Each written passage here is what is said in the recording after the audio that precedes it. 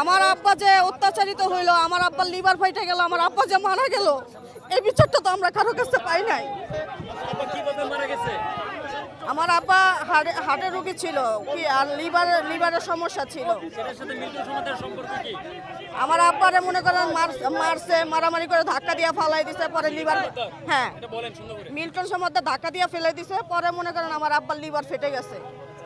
আর কিছুদিন পরে আব্বা মারা যায়। এখন কি মানে আপনার এই যে বাবার মৃত্যুর ফাঁসি মানে বিচার চান? হ্যাঁ অবশ্যই চাই, চাইবো না কেন? এর বিচার তো আমরা চাই। আমার আব্বা যেহেতু নাই, এ তো আমরা ওর ফাঁসি চাই।